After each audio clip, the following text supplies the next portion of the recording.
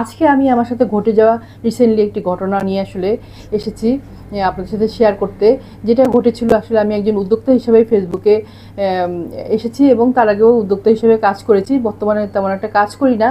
তো গত বছর 5ই আগস্ট সেই সময়টার সময় আসলে তখন পেয়ারার সিজন ছিল। তো আমি তখন প্রচুর পরিমাণে পেয়ারা কিনে ফেলি আমার কাছে জেলির জন্য।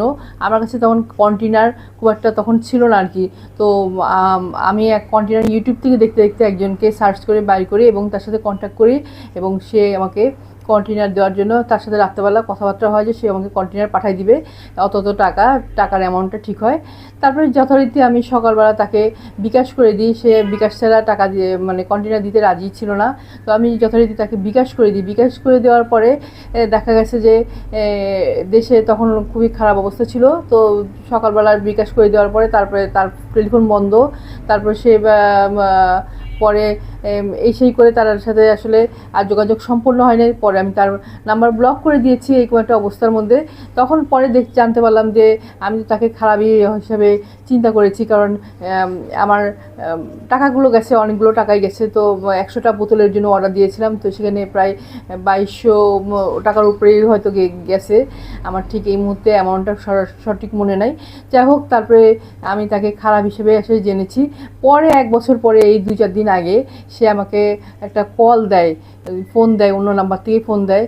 তো আমি তার ফোন করে সে আমাকে বলে যে সে 1 বছর সে আর কি তার কাজের মধ্যে ছিল না, সে অন্য জায়গায় ছিল, যার কারণে সে আমাকে বোতলটা যথাসময় দিতে পারে নাই। এখন বোতল দিতে চায়। তো আমি তো এখন এই মুহূর্তে জেলি বানাচ্ছি না বা আমার জেলির বোতলের প্রয়োজন নাই। তখন তাকে বললাম যে ঠিক আছে, আমার জেলি বানানোর দরকার নেই, আপনি যদি পারেন আমার টাকাটা দিয়ে দেন। সে বলল যে ঠিক আছে, তাহলে আপনি অপেক্ষা যখন করছেন তাহলে আর কয়টা দিন অপেক্ষা করেন, আমি ব্যবসা নতুন শুরু করছি, তারপরে দিয়ে দিব। তো আসলে দুনিয়াতে আসলে ভালো মানুষ আছে, আমরা অনেক সময় নিজেরাও সেটা বুঝতে পারি না। তো এটা আসলে খারাপটা বোঝাটাই স্বাভাবিক, যে কারণ একটা মানুষের সাথে যখন টাকা পয়সা দিয়ে দেওয়া হয়, তার টেলিফোনটা বন্ধ হয়ে যায়, তখন তাকে খারাপ ভাবাটাই স্বাভাবিক। যে যদিও সে পরবর্তীতে দেখলাম যে সে আমাকে আবার নিজের থেকেই ফোন করছে, যেটা আমি আশাই করি না যে এই টাকাটা আমি পাবো বা তার থেকে কোনো রেসপন্স পাবো। সেটা পেয়ে আসলে আমি নিজেই খুবই একটু অবাক হয়েছি। এবং আসলে দুনিয়াতে মানে এখনও ভালো মানুষ আছে বলেই সে রেসপন্স করছে।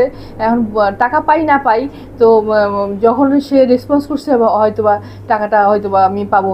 আসলে হালাল টাকা এই বলে একটা জিনিস আছে, হালাল টাকা কখনো আসলে বিতা যায় না, হালাল টাকা আসলে পাওয়া যায়।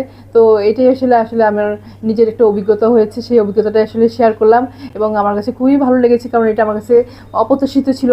সেই অপ্রত্যাশিত জিনিসটা আসলে যখন তার